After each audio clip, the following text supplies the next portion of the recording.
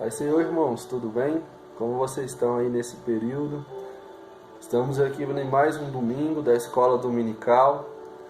Infelizmente não estamos na nossa igreja, mas isso não é motivo para deixar da gente aprender um pouco mais da lição. Hoje é a lição número 12, que é a lição juvenis, né? Vamos falar sobre o profeta Zacarias. E aí, Cezão, tudo bem? E aí? E aí a gente vai falar sobre o profeta Zacarias e o reinado messiânico. O que o livro de Isaías fala sobre Jesus? Na verdade, o livro de Isaías ele fala muito mais do que acontecia no templo de Zacarias. Na verdade, de Zacarias, me perdoe. O profeta Zacarias falava muito mais do que eles poderiam imaginar e esperar. Porque na época de Zacarias, eles estavam reconstruindo o templo que Salomão há um tempo atrás havia construído. E o que aconteceu?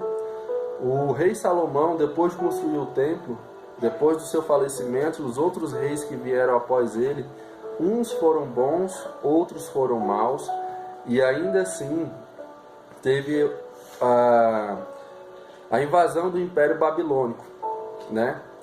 No início dessa revista, me perdoe, no início dessa revista nós tivemos outros profetas, né, que aconteceram pré-exílio babilônico.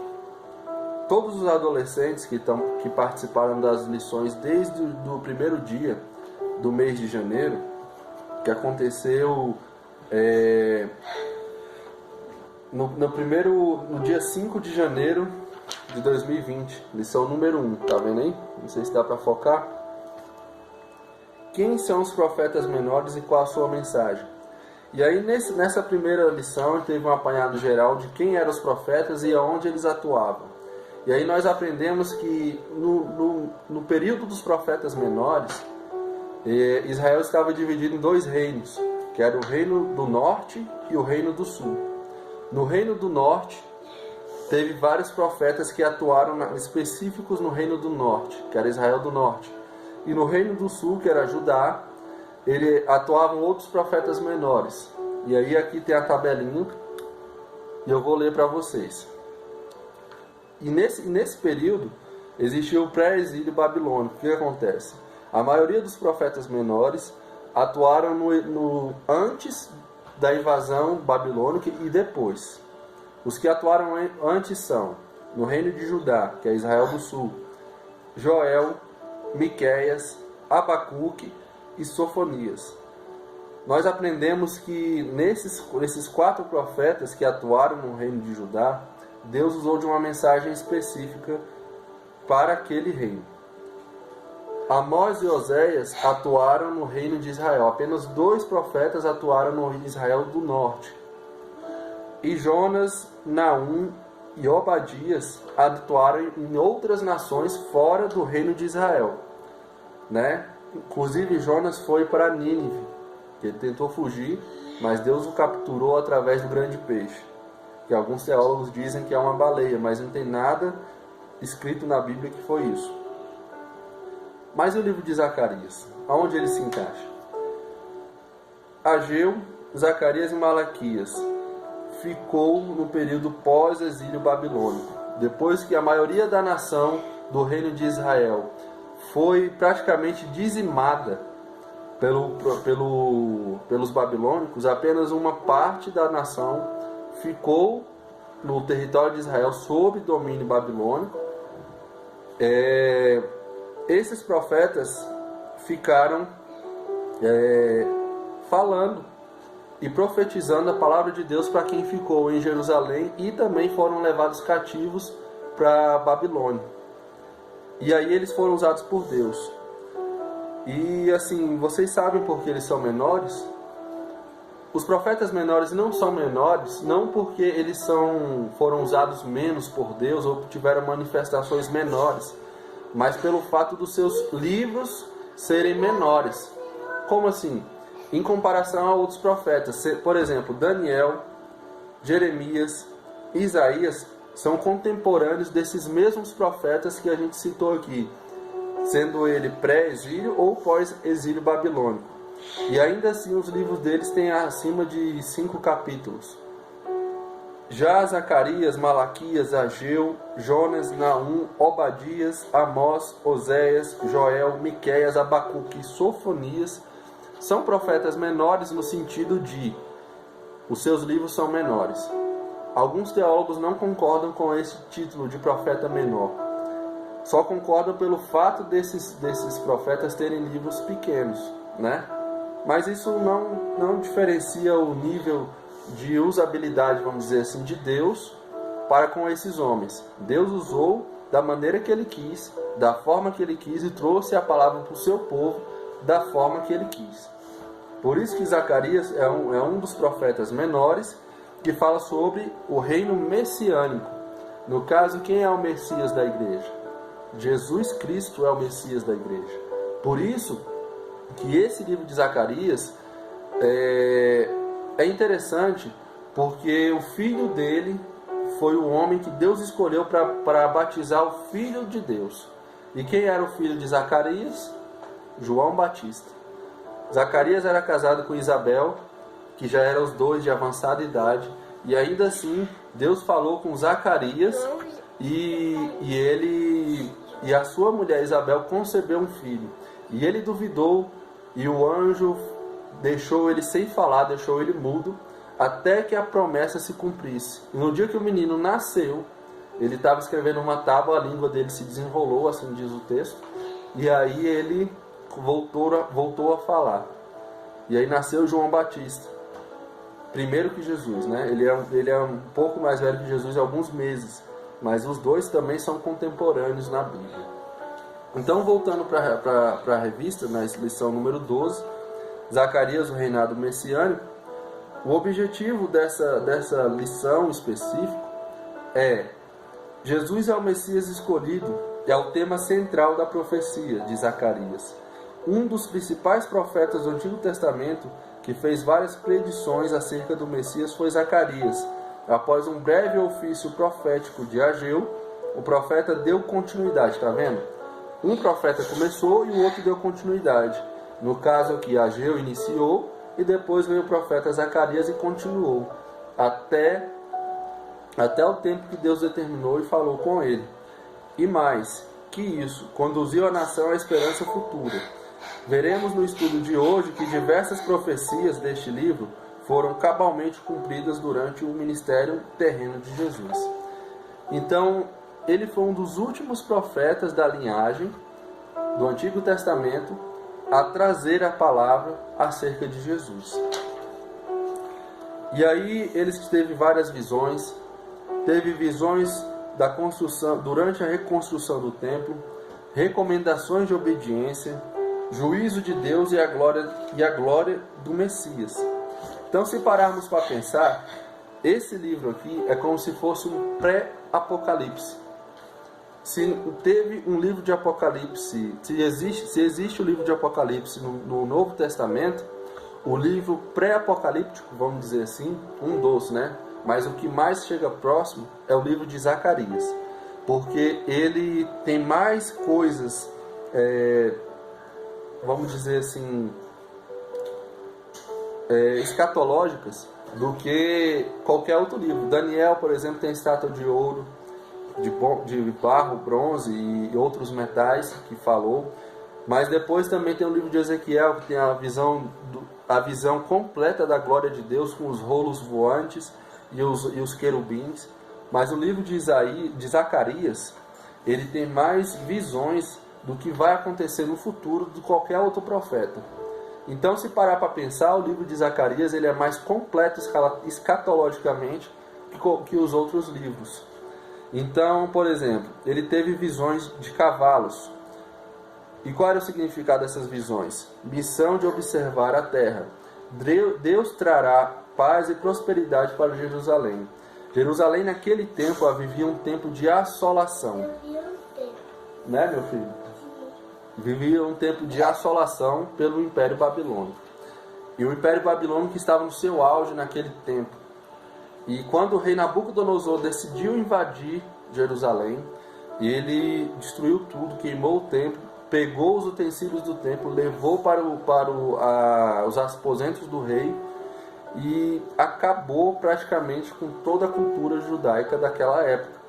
E os maiores e os mais, vamos dizer assim, sábios, príncipes, pessoas que tinham inteligência de ciência, astrologia, astronomia, medicina, foram levados cativos e usados no Império Babilônico para acrescentar na cultura babilônica.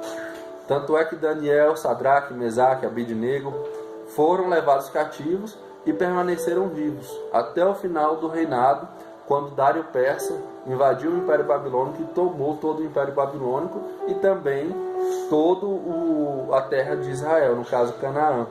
Então, Deus falava através desses profetas não só das questões das questões locais daquela época. Não era porque Israel estava passando por um momento difícil que Deus não ia deixar de falar do filho dele, que era a única possibilidade do homem alcançar a salvação. Porque por mais que o povo escolhido de Deus aceitasse que o sacrifício através de um animal ou de alguma coisa ou de um jejum era suficiente, eles não obedeciam. E aí cai naquele versículo de 1 Samuel, onde o rei Saul não quis obedecer e aguardar a chegada do profeta Samuel para resolver os problemas que seriam apenas uma situação boba, vamos dizer assim, boba não, mas uma situação pequena, que era somente Saul esperar Samuel chegar para ele oferecer sacrifício em favor do rei, para ver se era ou não para acontecer. E aí ele tomou as honras e Saul tomou e fez o sacrifício. E quando Samuel chegou, ele ficou muito desapontado e chateado porque ele não quis esperar. E assim foi a nação de Israel. Desde a época que ele saiu do Egito, quando Deus elegeu Israel, no caso os hebreus da época para sair, eles duvidaram do poder de Deus. E aí Deus, cansado disso, lançou o Messias, o plano da salvação. E ainda assim eles não acreditaram e até hoje não acreditam. Jesus morreu na cruz, foi morto, ficou 3 dias, ressuscitou no 3º dia, fez milagres, curou os mortos, ressuscitou os mortos, curou alguns homens, e ainda assim muitos não acreditam que Jesus pisou nessa terra. Por isso que o profeta Zacarias foi usado. Ele era um sacerdote, ele era vamos dizer assim, da linhagem real de Israel. E aí o profeta Zacarias, ele tinha, vamos dizer assim, todo o conhecimento específico para falar sobre, e propriedade inclusive para falar sobre o Messias, porque ele era um sacerdote, ele era alguém que tinha conhecimento para poder falar, não era qualquer pessoa. Então ele sabia quem era Deus, sabia as culturas, conhecia o Deus vivo, e ainda assim, na hora que Deus foi falar com ele, seu filho, ele ainda duvidou. Mas por que isso? Porque nós somos humanos. Todos nós somos suscetíveis a erros, todos nós somos suscetíveis a dúvidas, a medos, e ainda assim Deus ainda tem misericórdia. Ainda assim Deus tem um plano de salvação para nós, uma saída. Esse momento que nós estamos gravando agora, estamos passando por um momento de quarentena, um momento onde nós não podemos falar com ninguém, onde não podemos ter contato com ninguém. Devemos ficar em casa, obedecer às restrições dos órgãos governamentais. E ainda tem gente que não obedece. Ainda tem gente que não acha que nada está acontecendo. Sabemos que o mundo passa por uma crise muito grande, mas Deus é o escape do mundo. Deus é o escape da sua casa, irmão. Deus é o escape da minha casa.